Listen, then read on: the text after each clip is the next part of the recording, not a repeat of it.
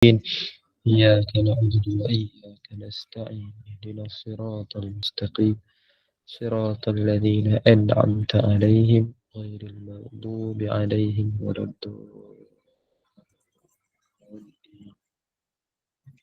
الحمد لله رب العالمين والصلاة والسلام على أشرف الأنبياء والمرسلين سيدنا محمد وعلى آله وصحبه أجمعين من يهده الله فلا مضل له ومن يضلل فلا هادي له أشهد أن لا إله إلا الله وحده لا شريك له وأشهد أن محمدا عبده ورسوله اللهم صل على محمد وعلى آل محمد كما صليت على إبراهيم وعلى آل إبراهيم وبارك على محمد وعلى آل محمد كما باركت على إبراهيم وعلى آل إبراهيم في العالمين إنك حميد مجيد اللهم افتح علينا حكمتك وانشر علينا من خزائن رحمتك يا أرحم الراحمين رب اشرح لنا صدورنا ويسر لنا أمورنا واحلل عقدة من ألسنتنا يفقهوا أقوالنا اللهم فقهنا في الدين وعلمنا التأويل اللهم ارزقنا فهم النبيين وحفظ المرسلين وإلهام الملائكة المقربين يا فتاح يا عليم افتح قلوبنا فتوح العارفين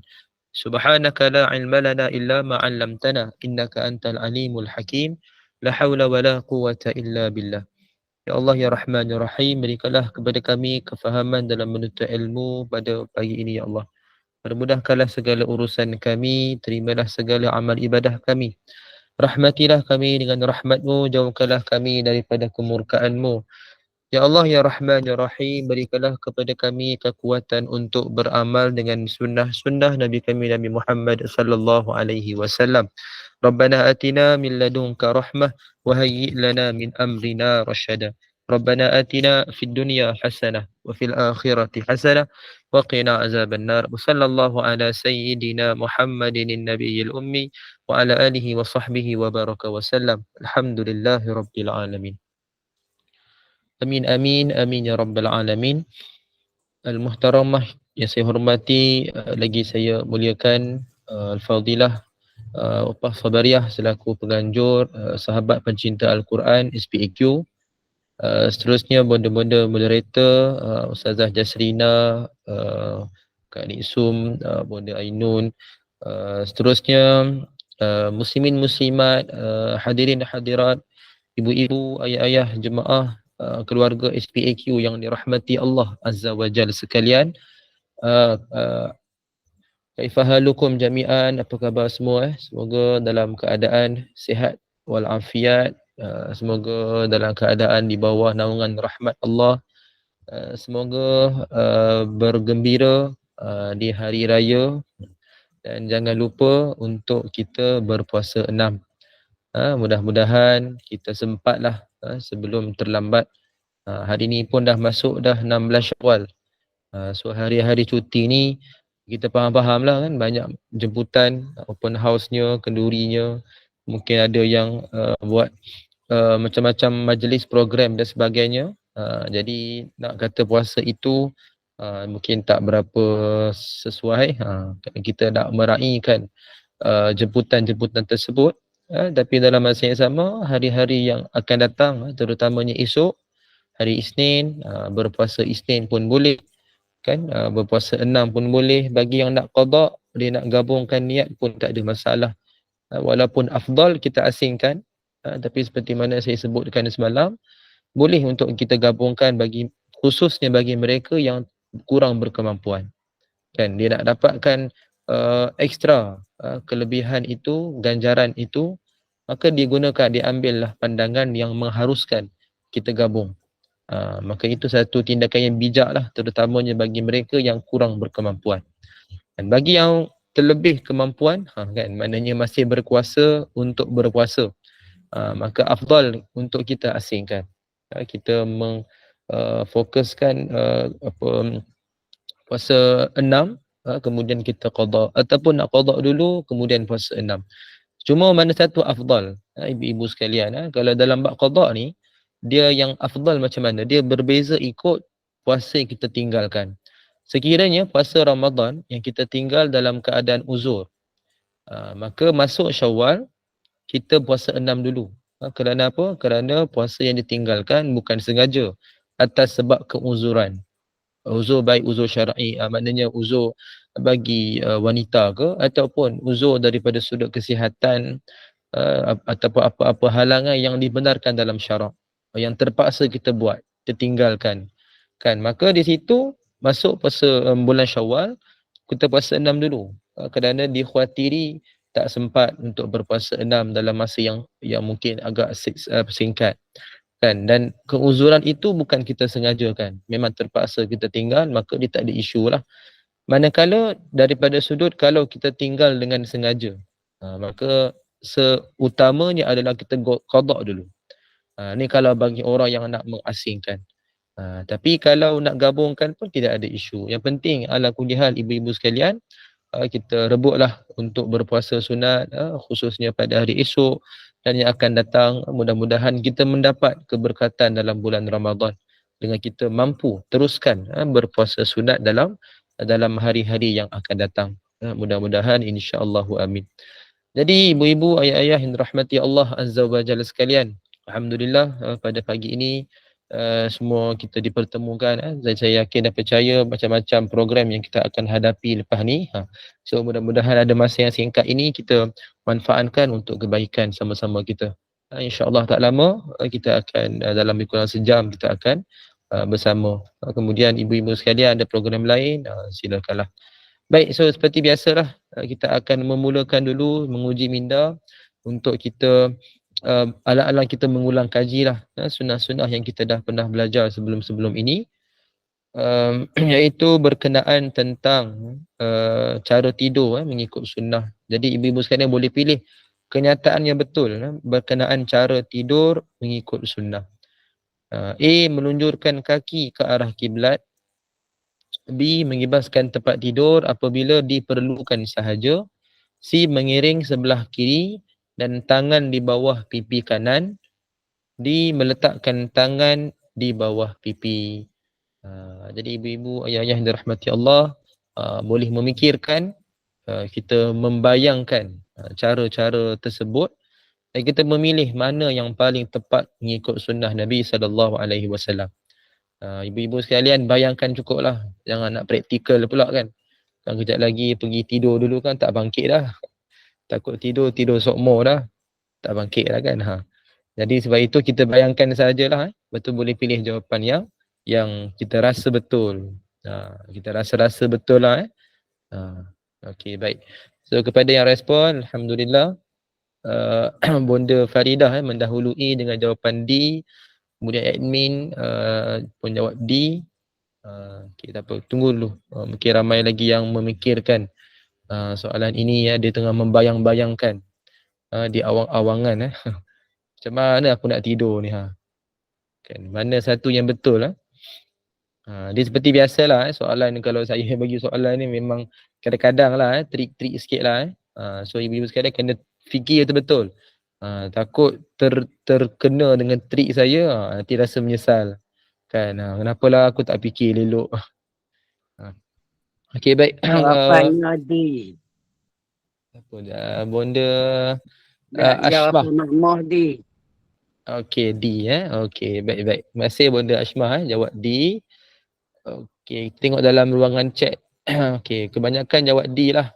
Kak Noh, bonda Azmah, bonda Muriza, bonda Kalsum. Okey, bonda Marahani dia memilih B B untuk bola berlainan sedikit. Bonda Hayati A. Okey, lagi lain. Okey, Kak Badriah jawapan pun tricky. Itu mesti tu. Baru kita akan memikirkan betul-betul Kalau direct to the question nanti senang sangat. Okey. Bonda Norizam jawab A juga. Okey, nanti kita akan bincangkan apa yang kita patut faham. Admin tu yang risau nak jawab tu. Dia risau tak apa jangan takut. Dia kalau risau dia akan cuba jawab kalau takut dia tak jawab. Okey. Bonda Zainab D Bonda Salmia, Bonda Salbia. Okey, jawapan yang semua berbeza sedikit Takat ni kita tengok A, B dan D semua ada. C tak ada lagi C tak ada lagi tu. Okey. Bonda Noraiha semua jawapan di atas. Maknanya semua sekali. Oh, tidak. Dia kena satu sahaja tidak. None of the above. Oh, tak ada semua, tak ada langsung Okey, tak apa, kita bincang. Okey, tak apa. Tak apa, yang penting kita sebut apa yang kita rasa kan. Tak apa, kita boleh berbeza Tapi yang penting kita boleh mengharmonikan keadaan. Jangan berbeza jawapan, betul gaduh pula. Aku betul engkau salah kan. Lala saya pula yang salah nanti. Jangan gitulah kan. Okey, kita tengok nanti apa jawapan Okey. Bonda Nur Ibrahim B. Okey, Bonda Asmah, Bonda Rasidah D.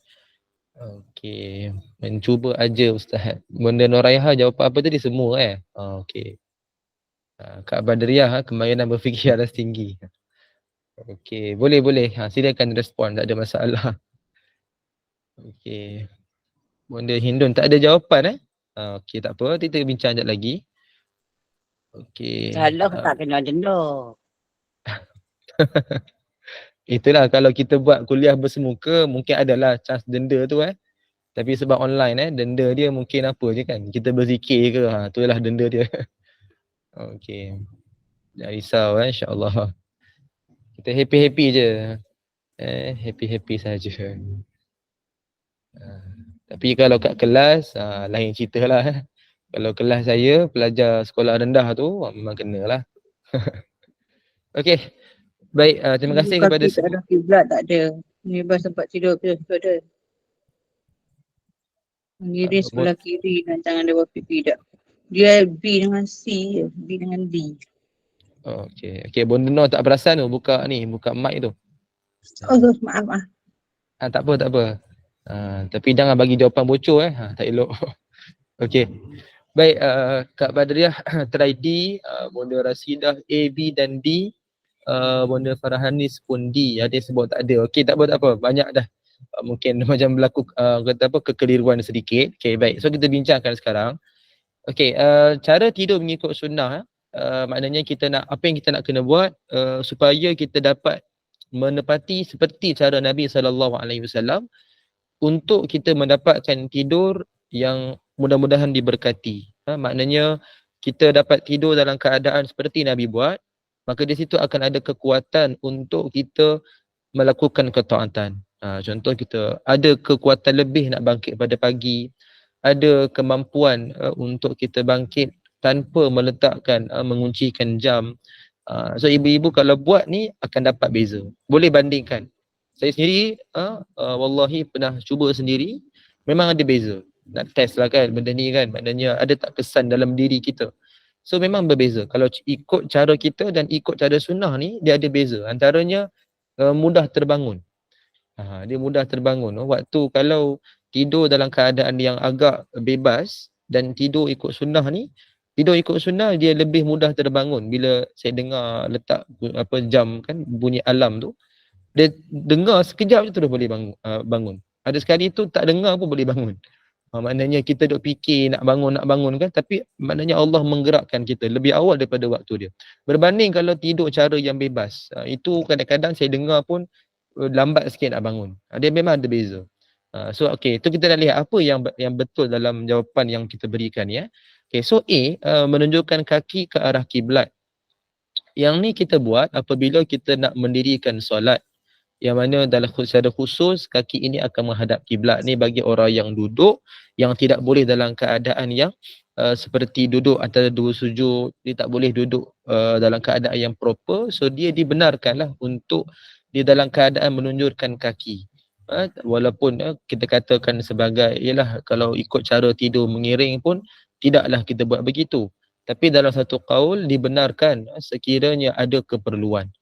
Kan bahkan dalam keadaan tertentu memang kita akan bagi tidur ini menghadap kiblat. Tapi dalam isu tidur maknanya waktu malam kaki menghadap kiblat sesuatu yang kita perlu elakkan.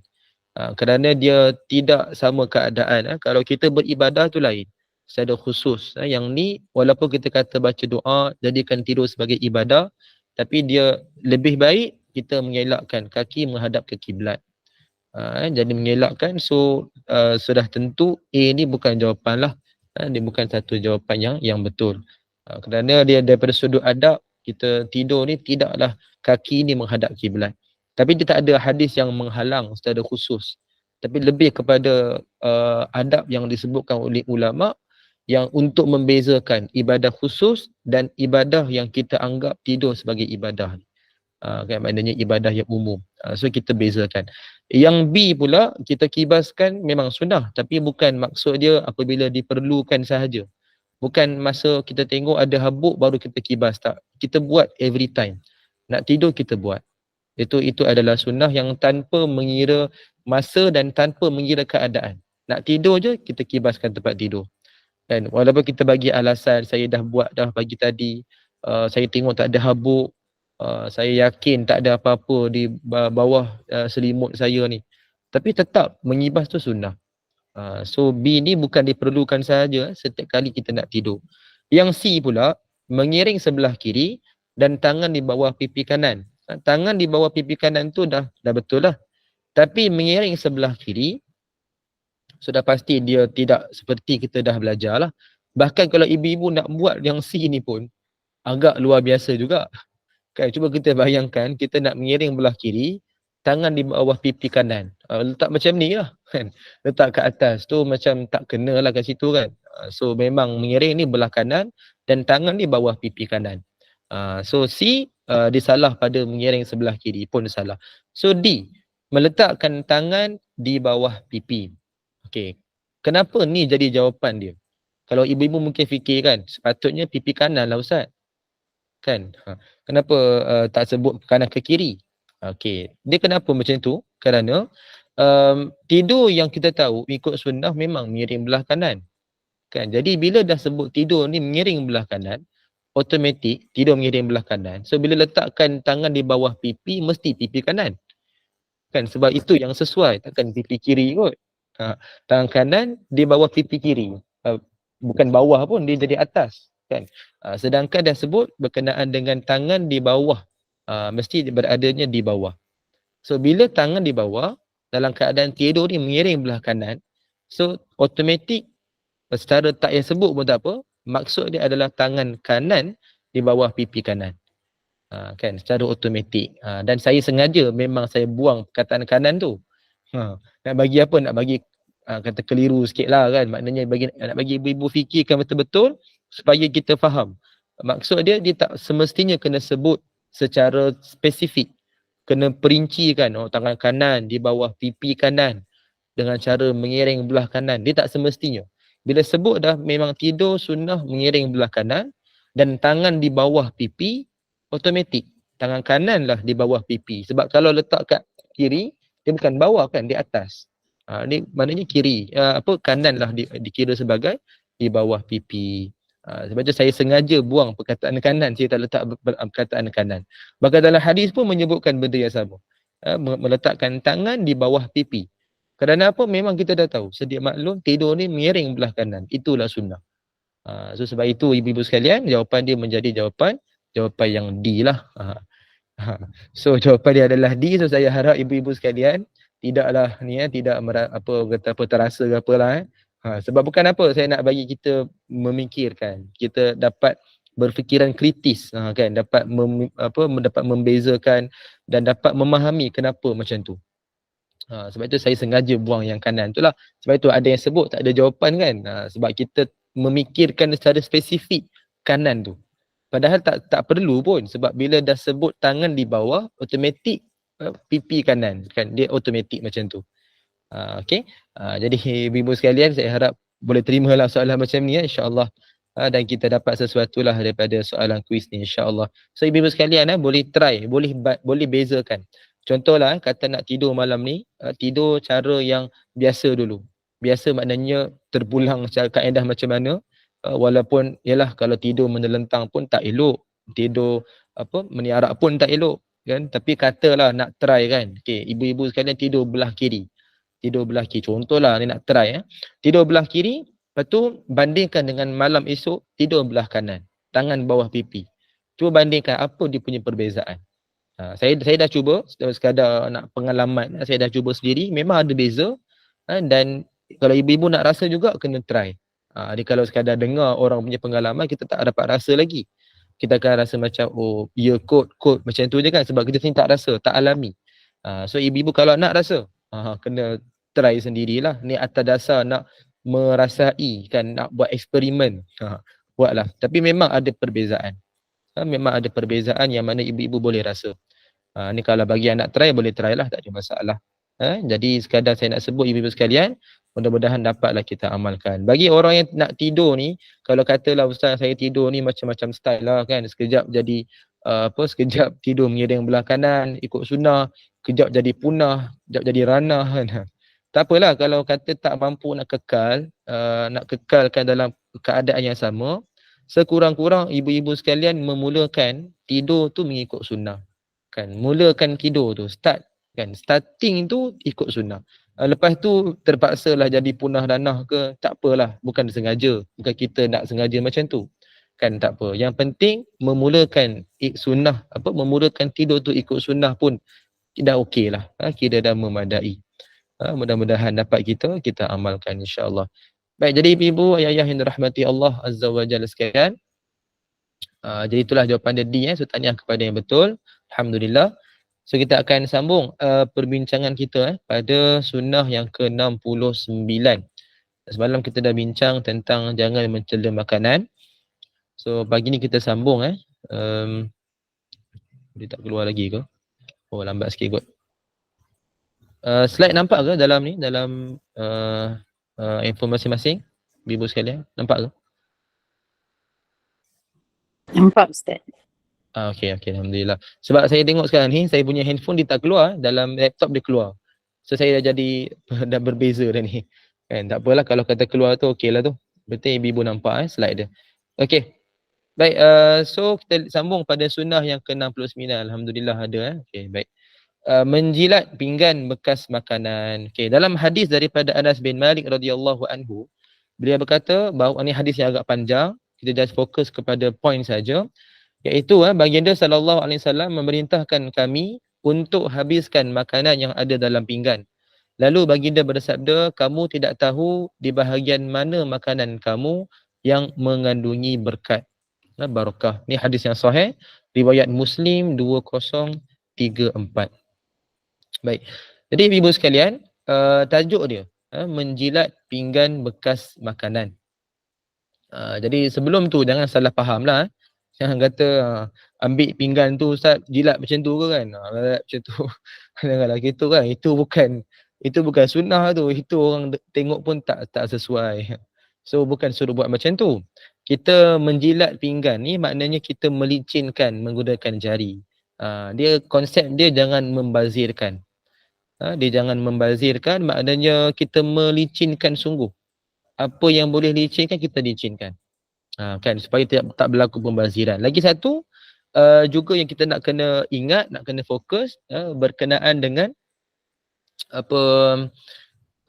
berkat yang Nabi sebutkan dalam hadis, yang mana Nabi sebut, فَإِنَّكُمْ لَا تَدْرُونَ فِي أَيِّ طَعَامِكُمْ الْبَرَكَةِ atau kama qala, kamu tak tahu kat mana bahagian makanan kamu adanya berkat. Baik ibu-ibu sekalian, apa maksud berkat? Mungkin ada yang dah tahu, tapi tak apa, sekadar peringatan balik. Dalam setiap pemberian Allah, kita pentingkan berkat. Setiap nikmat yang Allah beri, bahkan kita sebut nikmat pun sebab adanya berkat itu, yang mana mendapat menambahkan ketaatan kita kepada Allah. Setiap pemberian Allah. Contoh dalam bab, kita ambil paling simple lah kan, kita bekerja, kita ada mendapat rezeki kan, duit, bahkan rezeki-rezeki yang lain tu, ada duit, contohlah duit, kita ada usia, kita ada masa lapang. So semua pemberian Allah ni kita perlukan berkat. So nak nilai macam mana, ada tak berkat dalam pemberian Allah, kita boleh muhasabah dengan pemberian Allah tu, ada tak kebaikan yang kita buat, dia menambahkan pahala tak, kan, dia mendekatkan kita kepada Allah tak, ketaatan kepada Allah tingkat tak. So bila adanya benda-benda tu, maka insya-Allah diberkatilah tu. Kan, macam Ramadan yang berkat, kita dapat nilai dengan kita mampu berterusan. Kan, berbanding orang yang habis Ramadan habis cerita. So di situ kemungkinan besar dia tak dapat keberkatan. Ibadah dia mungkin sah, nak bagi dia sah, ikut je dia punya rukun, kan, ikut syarat sah, maka insya-Allah Allah terimalah. kan, dia valid, dia lulus, kan, dia pass. Kan, kalau contoh exam kita pass, mungkin bahkan mungkin cemerlang pun sebab kita buat sunnah-sunnah dalam puasa tu. Tapi persoalan dia, exam yang kita lalui, kan, peperiksaan itu ada tak kesan dalam diri kita? Dapat kita amalkan tak? Kan, so nak bagi analogi lah kan. So samalah dalam kita menghadapi bab makan pun sama. Kita mementingkan pada berkat, bukan pada makan banyak ke sikit, bukan pada apa kita kata sedap ke tidak, itu tak, itu bukan kita punya fokus. Yang kita ialah nak kata sedap tu itu tambahan, maknanya bonus. Tapi bila adanya berkat, maka akan menambahkan ketaatan. Kan, cuba kita bandingkan ibu-ibu sekalian, dalam bulan Ramadan, kan, kita makan sikit kan, maknanya nak tak nak pun sahur dengan iftar je. Kecuali bagi orang yang uzur lah, tapi secara normal kita akan berpuasa. Dan itu je lah kita makan. Sahur pun tak makan banyak, biasa orang makan sikit je, biasanya lah. Dan iftar mungkin bakal banyak sikit. Tapi nak sebut, dalam sepanjang hari berpuasa, kita boleh buat macam-macam ibadah. Kan, cuba kita bandingkan dalam bulan raya ni, kita contoh hari ni kan, kita nak pergi makan-makan dan sebagainya. Kan, kita cuba bandingkan, yang mana lagi banyak ibadah. Kan, kita boleh lihat secara kasar, normally bulan Ramadan tu lebih banyak. Kan, berbanding bulan Syawal. Jadi itu contoh, bila mana Allah memberikan, melimpahkan keberkatan ke atas diri kita, maka akan menambahkan ketaatan. Walaupun makan tu sedikit, tapi diberkati. Allah berikan kecukupan. Allah berikan ketenangan. Itu ada kaitan tu. Sebab itu berkat ni yang kita dapat hanya kepada orang Islam sahaja. Allah memberkati hanya pada orang Islam. Syarat utama mesti kena jadi Islam. Kan, orang yang non-Muslim tak ada chance dapat berkat. Sebab dia bukan orang Islam pun. Dia tidak pun melafazkan syahadah. So kita sangat beruntung. Cuma kita kena pastikan yang kita buat, bahkan kita makan pun adanya berkat. Sebab itu jangan kita membazir. Kan, jangan kita tak baca bismillah. Bahkan dalam bab makan ni kan, sampai kita licinkan pinggan tu supaya tak nak berlaku pembaziran. Dan Nabi sebut dalam hadis dengan jelas, kamu tak tahu kat mana ada berkat. So mungkin ada pada yang saki baki, sisa tu, adanya berkat yang Allah berikan kita, yang kita tak licinkan, kita buang. So tak dapat berkat. Maka bila tak ada berkat, walaupun kita kata kenyang, kita makan sedap, nikmat, tapi lepas tu tak ada kekuatan nak beribadah. Kita rasa malas, tak ada semangat. Berbanding orang makan sikit, tapi bila dia betul-betul amalkan sunnah, maka Allah akan berikan kat dia kepuasan. Allah akan berikan dia kecukupan. Allah akan berikan dia menambahkan ketaatan dalam dia melakukan ibadah. So ini yang kita nak pentingkan ibu-ibu sekalian. So sebab itu janganlah membazir. Jangan kita membazir, tak mampu beri pada orang. Kan, selagi boleh kita manfaatkan. Sebab itu kita sebutkan ini adalah sunnah. Tapi cuma kaedah dia jilat pinggan bekas makanan ni, pastikan ibu-ibu sekalian fahamlah, bukan suruh jilat tu angkat macam tu jilat depan orang. Kan, angkat pinggan kita jilat macam tu, nanti orang pun tengok ni apa tak senonoh lah budak ni. Kan, memang tak sesuai macam tu kan. Kita menjilat ni kita gunakan jari lah, licikkan guna jari kita jilat. Kan, satu lagi menjilat ni adalah berlaku selepas selesai makan. Jangan ibu-ibu sekalian duduk makan-makan duduk jilat. Kan, duduk makan-makan duduk jilat. Orang pun tengok apalah si mamat ni kan. Si pakcik ni kan, duduk makan-makan duduk jilat. Dia tak selesa. Bahkan dia akan menyebabkan orang rasa agak kurang ni lah, orang kata macam agak menjijikkan lah. Sebab kita duduk makan duduk jilat, duduk makan duduk jilat, kan, itu akan menyebabkan yang makanan kita itu penuh dengan air liur. Kan, elok-elok makan kita order nasi goreng kan, nasi goreng kosong kan, jadi nasi goreng basah nanti kan. Nasi goreng tom yum kan, bukan tom yum cuma yang kita tambah sendiri, tom yum daripada air liur kita. So tak sesuai. Bukan maknanya nak jilat tu biarlah di akhir. Menjilat pinggan ini biarlah di akhir. Licikkan guna jari, kita jilatkan jari ibu-ibu sekalian. So ini adalah sunnah dia, kita buat selepas selesai makan. Baik, kita masuk pada yang ke-70, menjilat jari setelah selesai makan. Baik, hadis ini daripada Ibnu Abbas, Abdullah bin Abbas radhiyallahu anhuma, beliau berkata bahawa Rasulullah sallallahu alaihi wasallam bersabda, yang bermaksud apabila salah seorang di antara kamu selesai makan, Janganlah dia membasuh tangan sehingga dia menjilat ataupun meminta orang lain menjilat. Hadis sahih, sahihain, riwayat Al-Bukhari dan Muslim. Baik. Jadi ibu sekalian, kita lihat dalam hadis ni ya. Kita kena faham dulu selagi dia belum menjilat ataupun meminta orang lain menjilat. So ini bukan suruh pilih ya. Kan ibu berkata, Ustaz, saya dah biasa jilat jari saya dah. Hari ni saya nak bagi orang lain menjilat. Lepas makannya jilatlah, tolonglah jilat. Itu bukan macam tu lah kan. Itu orang pun tak selesa kan. Maksud meminta orang lain jilat bagi orang yang tak boleh. Kebiasaan ni adalah kanak-kanak lah yang tak pandai lagi. Yang dia mungkin rasa tak selesa lagi, tak senang lagi. So kita ajarkan dia untuk menjilat. Kan? Kita ajarkan dia, maknanya kita tolong bagi dia jilatkan tangan dia sendiri. Bahkan kita boleh jilatkan kalau dia tak pandai. Kan, ini sesuai lah sebab dengan tujuan nak mengajar. Kan, itu dibenarkan, bahkan memang itu kaedah dia. Dan kita buat praktikal. Tapi kita yang dah besar-besar matang ni, kan, janganlah pula kata kan, pada makan, cari orang, jilatlah kan. Siap ada jadual pula, hari ni kau jilat, lusa kawan lain pula jilat. Jangan gitulah. Okey, baik. So itu adalah berkenaan dengan sunnah ini. Okey, baik. So ni yang pertama.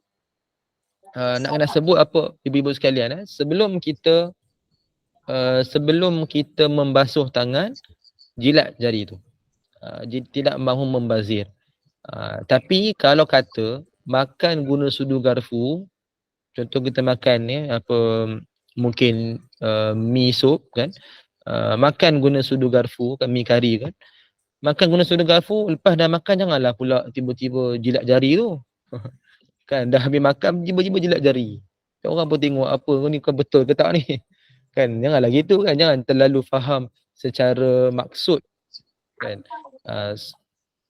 Baik, ada orang ada yang buka ni mic apa dah tutup kot. Okey dah. Baik, terima kasih. Apa tadi?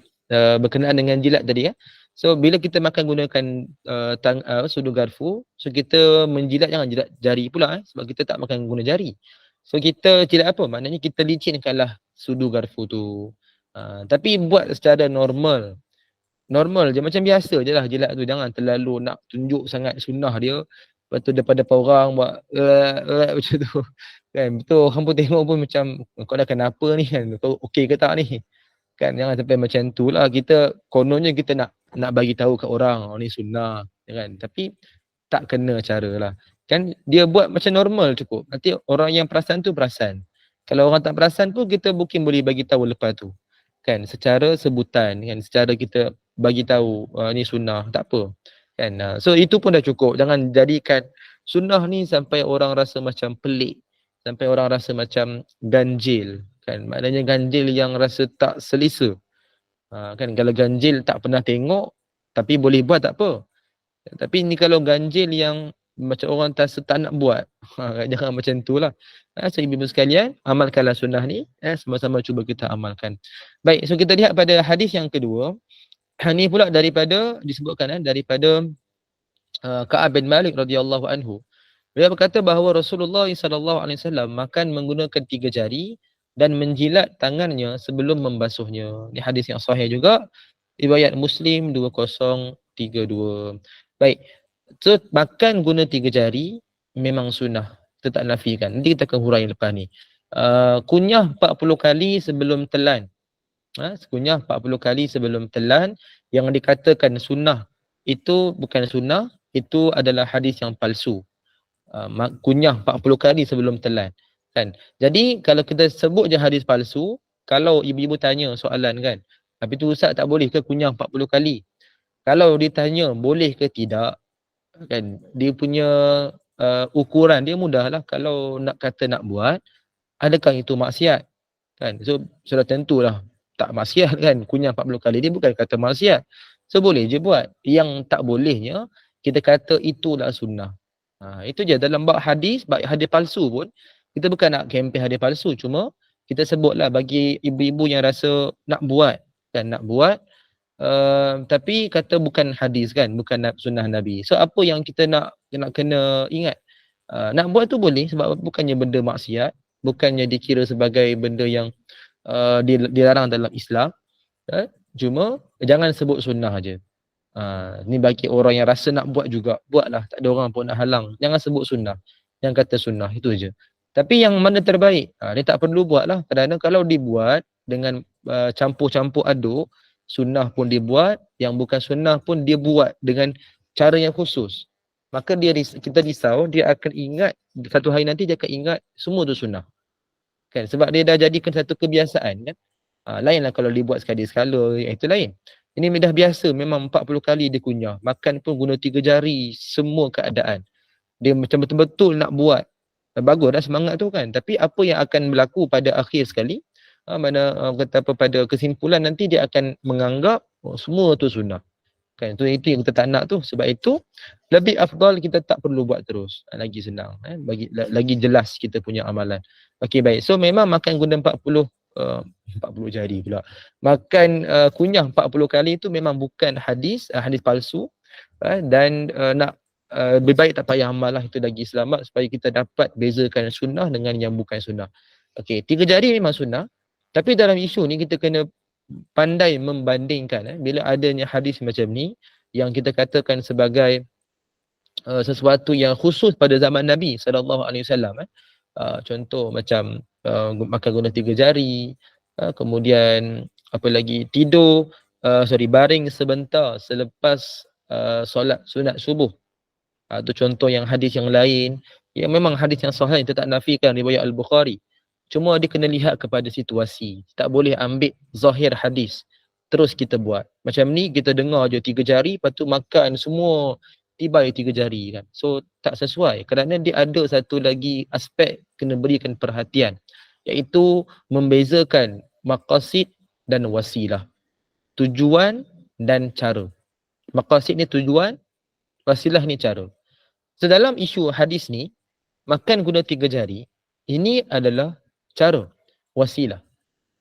Cara ni dia boleh berubah untuk mencapai matlamat, maqasid. So tujuan dia apa? Makan dengan tenang, tak gelojoh. Makan dengan dalam keadaan yang relax je lah, tenang lah tu kan. Supaya tak berlaku gelojoh, tak berlaku perkara-perkara yang negatif. So itu matlamat. Jadi makan guna 3 jari ni lebih sesuai lah, sebab zaman Nabi pun makanan semua yang sesuai makan 3 jari kan. Kurma kan, kemudian apa, roti, watbah. Watbah ni apa, campuran tepung gandum dengan kurma, macam lebih kurang macam biskut, macam tu lah, macam kuih macam tu. So zaman kita ni dah berubah kan, makanan yang begitu banyak, yang pelbagai jenis kan. Kadang-kadang nak makan 5 jari pun tak cukup, kena guna 10 jari kan. Kan sebab apa, sudu dengan garfu lah kan, guna 10 jari kita makan. Nak mengasingkan dia punya, ataupun kita nak membedah ikan dan sebagainya. So sampai kan macam tu, tapi kita makan tu 5 jari lah kan. Okay, so berkenaan dengan isu ni kan, kita kena bezakan tujuan dan juga matlamat. So 3 jari, tujuan dan juga cara. So 3 jari ni adalah cara. Cara ni boleh berubah. Matlamat dia makan dengan tenang. So zaman kita, makanan yang begitu macam-macam jenis, jadi kita boleh simpulkan makanan yang sesuai 3 jari, gunakan 3 jari. So contohnya kurma itu sendiri, roti pun sama, kalau sesuai 3 jari kan kita makan. Contoh makan roti canai kan, roti kosong kan, roti apa kaya dan sebagainya. So sesuai 3 jari ni, guna 3 jari kan. Makan kuih, makan apa lagi, biskut yang ringan-ringan, contoh kuih raya nak bagi makan nanti, so buka makan guna 3 jari, tak nampak pelik, bahkan itu sunnah kan. Tapi kalaulah dihidangkan nasi kan, makan nasi pula, nasi biryani kan, adanya telur lah, adanya ayam, ikan, udang, ketam, semua campur sekali. Kita makan kat rumah kawan ni pukul 12 tengah hari, takut sampai 12 tengah malam tak habis-habis ni. Pasal apa? Sebab kata ustaz ni suruh makan 3 jari ni. Ustaz mana ni? Ustaz Mualim Hafiz lah. Habis saya kena ban nanti. Kan? So bukan kata macam tu lah, maknanya tak sesuai lah. 3 jari ni totally tak sesuai. Sebab jadi lambat kan, jadi lambat sangat. Bahkan kita nak makan pun dalam kuantiti yang banyak. kan, memerlukan kata apa, tenaga yang lebih nak makan tu kan. So sebab itu ibu-ibu sekalian, dalam konteks macam tu, terutamanya makan nasi lah, kita memadai memulakan makanan tu dengan 3 jari. Nak start makan tu kan, contoh nasi kita nak makan, so start makan tu 3 jari. Dia sekadar mengambil berkat pada sunnah. Sekadar mengambil berkat, starting je 3 jari. Lepas tu gunalah, balunlah 5 jari. Jangan guna 10 jari dah lah kan. Makan sekali macam tu. Janganlah, itu memang bukan sunnah lah kan. Makan guna tangan kanan je sunnah. Jadi kita ingat ibu-ibu sekalian, makanlah gunakan 3 jari tu pada permulaan, lepas tu makanlah guna 5 jari. So tidak ada isu kan. Okay. So itu maksud kepada hadis ni. Dia sama macam bab zikir, kita dah pernah bincang dulu kan. Zikir yang memang pada zaman Nabi SAW adalah menggunakan jari tangan kan. Ada Paul yang sebut dua-dua tangan pun kita pakai, ada yang menyebutkan sebelah saja, kanan saja. Dia tak ada isu lah, tapi yang pasti afdal yang gunakan tangan, maknanya jari tangan itu.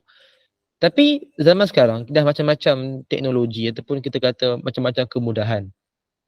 Paling-paling orang suka pakai biji tasbih, orang suka pakai digital, mungkin ada yang pakai handphone kan, contoh. So dalam hadis tu pun berkenaan isu yang sama, iaitu kena bandingkan matlamat dengan tujuan. Salah lagi. Apa cara dengan tujuan. So cara zikir yang afdal memang gunakan tangan, sebab itu yang Nabi buat secara khusus. Tapi itu je yang ada pada zaman Nabi. Tapi cara ni boleh berubah. Zaman kita kata nak gunakan tangan, rasa tak boleh nak kira. Susah nak bagi cukup. Kita keliru, tak mahir. Mengganggu kekhusyukan kita nak berzikir. So kita rasa mana lebih sesuai, gunakan biji tasbih. Gunalah, tak ada masalah.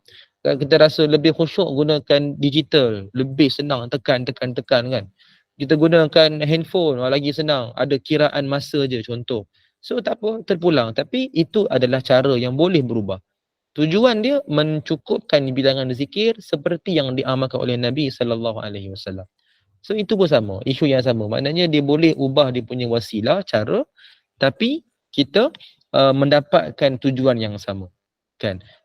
Contoh macam disebutkan oleh admin jugalah. Contoh macam naik unta dan kereta kan.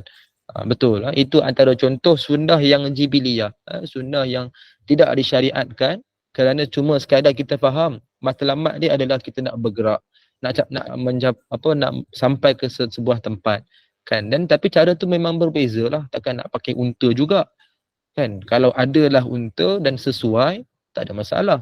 Tapi agak sesuatu yang kurang sesuai, bahkan tak ada pun kat kita ni, memang tak ada.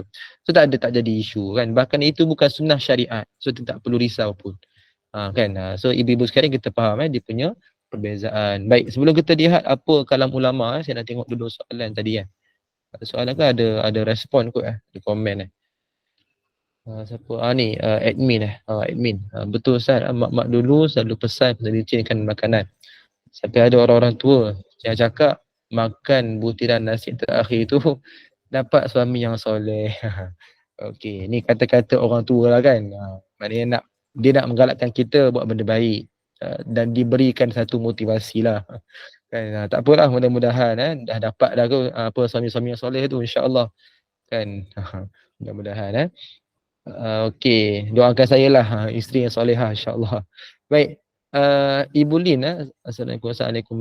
Apakah sunnah meletak tanda nama di kubur yang terbaik, sebab tidak semua orang ada pendapat yang sama. Okey, isu meletakkan nama di kubur ni, dia sebenarnya sekadar kita nak mengecam, mengenal pasti yang mana satu kubur kan. Maknanya nama, maknanya kita nak tahulah. Contoh katalah kubur atuk kita kan. So bila kita tak letak nama dan kubur pula nampak lebih kurang sama kan. Kebetulan masa kita pergi next time pula dah banyak kubur yang datang kan. Kita pun keliru semua, tak ada nama ni kan. Tak ada petanda pula. So macam mana kita nak pastikan mana satu kubur yang kita nak ziarah ni kan. Walaupun memanglah tak ada pun dikatakan secara khusus kena tahu kat mana kubur tu, kena pergi, maknanya doa tak sampai ke apa, tak adalah isu macam tu. Cuma lebih afdal kita tahu, kerana di situ kita bolehlah untuk berkhidmat dengan khusus, kan. Kita boleh mendoakan mereka dengan khusus di tempat yang khusus yang mereka berada, kan, jasad mereka dikuburkan. So meletakkan tanda nama ni dia sekadar nak mengetahui, nak mengenal pasti supaya tak berlaku kekeliruan. Kan nanti kan berebut pula nanti kan pasal pasal mayat pun berebut kan. Kan ni apa ni tempat kubur ayah aku lah, ni kubur atuk aku lah, kan gaduh nanti. Kan. So dia tak ada isu pun, cuma bila dalam bab meletakkan batu nisan ni dia jangan terlalu bermewah-mewahan lah. Ada orang dia kata nak yalah, apa hidup pun sekali, mati pun sekali. Kan dia betul digunakan alasan tu, dia pun buatlah tempat yang special. Kan macam-macam binaan dibuat. Kan kononnya lah dapat berkhidmat kepada ayah ataupun ibu dia, maknanya telah meninggal. Sebenarnya bukan itu yang sunnah. Dia sekadar letak nama ni pun sebab kita takut keliru, itu je. Jadi kita ingat, cara berbakti adalah kita doakan mereka, kita rapat dengan kawan-kawan mereka yang masih hidup, kan, kita merapatkan ukhuwah silaturahim. Itu cara nak berbakti pada mereka ni. Bahkan kita baca Quran, kita hadiahkan pahala kepada mereka, masih lagi dibolehkan. Itu antara kaedah dia. So binaan-binaan yang mewah ni kita kena elakkan, supaya kerana apa? Tak nak membazir, bahkan dia tidak satu sunnah pun. Dia menunjukkan kita bermegah-megahan lah. Dia ada isu di situ, bermegah-megahan dengan binaan tersebut. So dia tidak patut. Dia sekadar macam biasa je. Tanda nama batu nisan tu pun sekadar nama, nak kenal pasti, dan mungkin tarikh kematian supaya waris kita yang akan datang dia dapat tahu. Kan itu tak apa. Jangan terlalu bermegah ataupun bermewah-mewahan. Bahkan ada orang dia ada pula dia punya kepercayaan kalau buat macam tu kiranya berbakti pada mak ayah, kan, kiranya dapat menenangkan arwah di alam barzah. Itu semua memang sebenarnya dah jauh tersimpang lah. Jadi kita ingat balik kepada matlamat yang asal. Itu. Baik. Okay, kita masuk balik kepada perbincangan dalam hadis ni, dalam kalam ulama ni, kita lihat dalam slide. Jadi saya nak ringkaskan je lah, ibu sekalian pun dah tahu dah berkenaan ni. Pertama, Imam Ibn Hajar menekankan dalam Fathul Bari, menjilat ni sesudah makan, bukan semasa makan. Seperti kita dah sebut tadi lah, pastikan lepas makan baru kita jilat. Makan duk jilat, makan duk jilat. Orang tengok pun tak selesa dah. Kan? Bahkan kalau kata kita tak habis makan, betul nak bagi pada orang, lagilah tak selesa. Kena pula orang tu depan kita je tu. Pergi kenduri kahwin kan, makan tak habis tu bagi tolak kat depan kawan kita. Kawan kita dah perhati kita dah ni, makan pun je lama tu, makan duk jilat. Lepas tu kita pula kita pula bagi kat kawan kita tu kan. Memang tak ambil lah dia. Kan macam mana dia nak makan air liur yang begitu banyak. Kan orang gunakan orang masukkan sup gulai macam tu, ni gunakan gulai air liur kan. So tak sesuai lah kan. Sebab itu kita memahami kaedah dia, jilat ni selepas makan. Dan lagi satu, ada orang yang berpandangan lagi banyak jilat lagi sunnah. So ini pandangan yang cukup fatal, maknanya apa, tak betul langsung, bahkan boleh mengelirukan orang. Kan dia anggap lagi jilat lagi sunnah. Bukan macam tu, dia ada kaedah. So kaedah dalam isu ni adalah jilat dia selepas makan. Sehingga licin. Dia sampai licin, janganlah sampai jilat tu ada masa yang ditentukan pula kan, 3 minit kena jilat. Padahal dah beberapa kali pun dah cukup dah. Duk jilat tu orang tengok pun macam tak betul dah. Jangan jadikan sunnah ni satu bahan yang orang boleh mengejek, orang boleh menghina, memerli, jangan. Sebab nama buruk semua dapat dekat Nabi SAW. So kita kena faham kaedah, dia jilat sekadar hilangkan, licinkan kita punya sisa-sisa makanan yang ada pada jari tu. Kalau makan guna sudu garfu, jilat sudu garfu. Tapi buat normal, jangan terlalu macam awkward, macam pelik sangat. Kan? Okay, so yang kedua, Imam Al-Khattabi sebut dalam Ma'alimus Sunan, boleh jadi berkat tu ada pada jari. Sebab tu kita dah sebut tadi, dan Nabi sebut dah, tak tahu kat mana kita berkat pada makan. So kita nak betul-betul mendapat berkat, so jangan membazir, licinkan betul-betul. Makanan tak boleh makan, bagi pada orang. Kan? Sebab itu nak ambil makanan, kita sebaik-baik kita pastikan dulu, kita boleh makan tak? Contoh kita ambil sikit dulu, kita rasa boleh makan, tambah lagi. Kan, jangan sampai ambil banyak. Ni contoh pergi kenduri kahwin dah. Ambil banyak, kalau kita rasa takut nak pergi, malu nak pergi lagi sekali kan.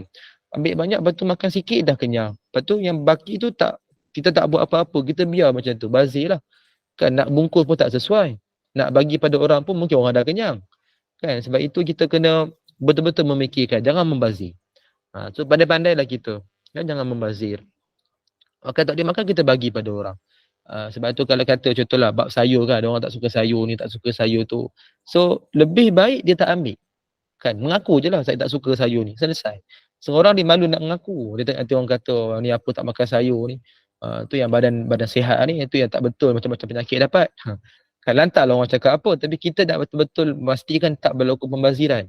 Kan, so kita kalau memang tak makan, sebut tak makan. Saya tak berkenan, saya tak, bukan interest saya. Kan, saya tak biasa makan. Nanti orang dah faham dah. Orang nak kata apa, lantak dia lah. Tapi kita ingat, tak nak membazir. Takut kita ambil, kita diam-diam, kita ambil je. Lepas tu, sayur tu semua kita buang. Kan, berlaku pembaziran. So ini contoh. Sebab ini berlaku ibu sekalian. Di sekolah, pelajar saya lah kan. Dia memanglah budak-budak ni kita boleh agak lah. Kebanyakan mereka tak makan. So ada yang makan tu kita bagilah. Tapi tak makan, kita cuba pujuk dulu, makan sikit kan. Ada yang termakan pujuk tu, dia makanlah sikit. Ada orang memang tak nak. Tak apa, jangan kita bagi. Tak payah kita hidang. Kan, jadi nak pastikan tak membazir dan pelajar itu pun dapat makan dengan penuh, dicinkan pinggan makanan dia tu. So ini yang kita boleh amalkan. Imam Ibn Utsaimin ada syarah dalam kitab Riyadhus Shalihin, sebutkan antara hikmah kerana apa kita nak jilat jari ya. Antara hikmah disebutkan jari ini mengeluarkan zat yang boleh mencerna makanan. Maknanya dapat menghadamkan makanan dengan lebih berkesan. Ini wallahu alam. Ini sekadar pandangan beliau dan kita boleh cross check benda ni ataupun nak betul-betul pastikan fakta ini melalui doktor kesihatan. Tapi kita pasti, kita yakinlah setiap sunnah ni ada hikmah. Kan, tak perlu cari hikmah sangat pun. Kan, orang suka cari hikmah ni pun untuk dia berdapat kepuasan. Kan, kalau kita rasa nak macam tu, carilah, tak ada masalah. Tapi kita tahu, kita dah yakin asasnya setiap sunnah Nabi ada hikmah. Dalam bab ni pun sama, ada hikmah dia. Baik, kemudian yang terakhir, Imam At-Tabrani sebut dalam kitab Umdatul Qari, yang mana beliau menukilkan dalam satu hadis dalam kitab Mujabul Awsat, iaitu riwayat At-Tabrani 1649, kaedah nak menjilat jari ni ibu sekalian. Kaedah nak menjilat jari adalah dengan cara kita menjilat jari tengah dulu, jari tengah, kemudian jari telunjuk dan ibu jari. Bermakna kalau makan guna 5 jari daripada hujung sekali. Jari apa ni? Jari kelingking, jari manis, jari tengah, telunjuk dan ibu jari. Itu maksud dia. Mula daripada hujung yang belah kanan. Kan? So kita mula daripada belah kanan sekali. Ni kalau 5 jari lah. Kalau 3 jari je sama macam yang dalam hadis ni lah. Makan jari tengah dulu. Bukan makan jilat. Jilat jari tengah dulu, betul jari telunjuk dan ibu jari. Kalau 5 jari daripada hujung ni lah. Kelingking, manis, tengah, telunjuk dan juga ibu jari. So ini kaedah kita nak menjilat yang sabit dengan hadis yang boleh kita amalkan. Baik, so ini adalah sunnah ke-70 dan saya akhirkan dengan satu lagi sunnah sebagai penutup untuk pagi ini dan juga berkenaan dengan makan. Dah habis dah sunnah tentang makan. Nanti kita akan masuk tentang sunnah lain pula. Oh ada lagi ni doa. Tak minta lagi doa sebelum makan. Kita tengok kemudian lah. Baik, kita lihat dari ringkas je lah dalam sunnah ke-71, membersihkan makanan yang terjatuh lalu memakannya.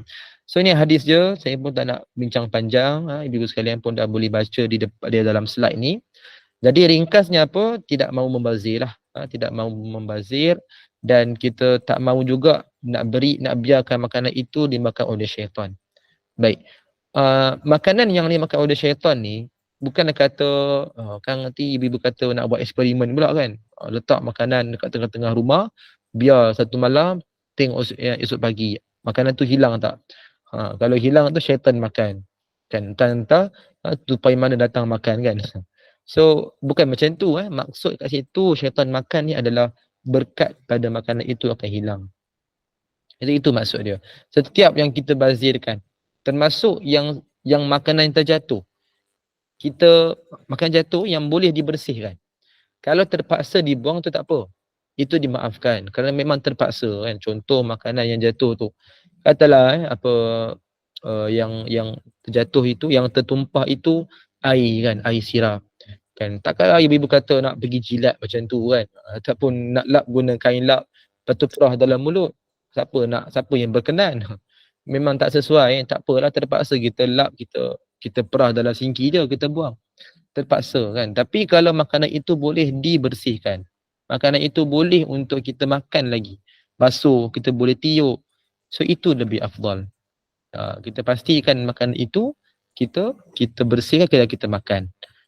Dia konsep dia mudah, jangan membazir. Selagi boleh dimanfaatkan, kita manfaatkan. Bahkan Imam An-Nawawi syarah dalam syarah Muslim, jika boleh bersih, suci, kita buat demikian, kita makan lepas tu. Kalau tak boleh, berikan kepada haiwan. Sebab tu ibu-ibu sekalian, kita ingatlah sunnah ni, maknanya jangan membazirkanlah. Itu je lah. Saya kira ni pun kita dah tahu, sedia maklum dah, yang kita boleh amalkan insya-Allah. Baik, Kak Noh ada ni respon ada enzim yang baik di jari, betul itu antara yang kita belajar juga. Tapi nak lebih fakta yang lebih jelas tu, kita boleh rujuk dengan mungkin doktor ataupun mungkin Google pun boleh, kita boleh lihat di situlah. Baik, Boda Muslihah, sebab tu guna saprah yang bersih ya sebelum hidang makanan. Saprah tu apa Kain untuk lapik meja, Ustaz. Oh, okey. Sebab tak pernah buat ni. Oh, okey. Kain lapik lah kan, mana macam alas meja macam tu lah kan. Untuk kita memastikan makanan terjatuh tu dapat kita bersihkan kan. Maknanya tak adalah kotor kalau kita just makan tak ada apa-apa lapik, tak ada alas, betul. Menyebabkan kita rasa nak bersihkan pun kita rasa tak berapa selesa kan. Bila adanya satu macam alas meja di situ yang khas untuk kita makan, so bila terjatuh pun, katalah terjatuh makanan itu pun, kita boleh terus bersihkan. Kita hanya tiup begitu, kita boleh makan. Betul, itu antara cara yang sangat digalakkan supaya kita dapat bersihkan dengan berkesan dan kita boleh makan. Okey, mudah-mudahan dapatlah kita amalkan. Sebab itulah kita lihat semua adab ni sebenarnya memang kait rapat dengan sunnah. Jadi ibu sekalian, sama-samalah cuba kita amal. Mudah-mudahan dapat kita manfaatkan sama-sama insya-Allah. Kita akan sambung lagi pada kuliah akan datang. Kita akan bincangkan lagi dia tak habis lagi bab makan ni. Kita kan raya sebulan. Kita tak habis lagi bab makan, kita bincang nantilah. Kemudian akan datang dalam sunnah-sunnah yang kita nampak di dalam slide ni insya-Allah. Baik. Wallahu taala alam wa ilmuhu atam. A'udzubillahi samil alim minasyaitonir rajim. Bismillahirrahmanirrahim. Alhamdulillahi rabbil alamin wassalatu wassalamu ala asyrafil anbiya'i wal mursalin. Sayyidina Muhammad wa ala alihi wa sahbihi ajma'in. Allahumma inna nastawdi'uka ma 'allamtana farduduhu ilaina inda hajatina ilaihi wa la tunsinahu ya Allah ya rabbal alamin. Rabbana la tuzigh qulubana ba'da idh hadaytana wa hab lana min ladunka rahmah innaka antal wahhab. Rabbana atina fid dunya hasanah wa fil akhirati hasanah wa qina adzabannar. Wa sallallahu ala sayyidina Muhammadin nabiyil ummi wa ala alihi wa sahbihi wa baraka wa sallam. Alhamdulillahi rabbil alamin. Amin ya rabbal alamin. Aqulu qawli hadza wa nastaghfirullahal azim li wa lakum. Subhanallah wa bihamdik la ilaha illa anta astaghfiruka wa atubu ilaik. Bismillahirrahmanirrahim. Wal 'asr innal insana lafi khusr illa alladhina amanu wa amilus solihati wa tawasaw bil haqqi wa tawasaw bis sabr. Assalamualaikum warahmatullahi wabarakatuh.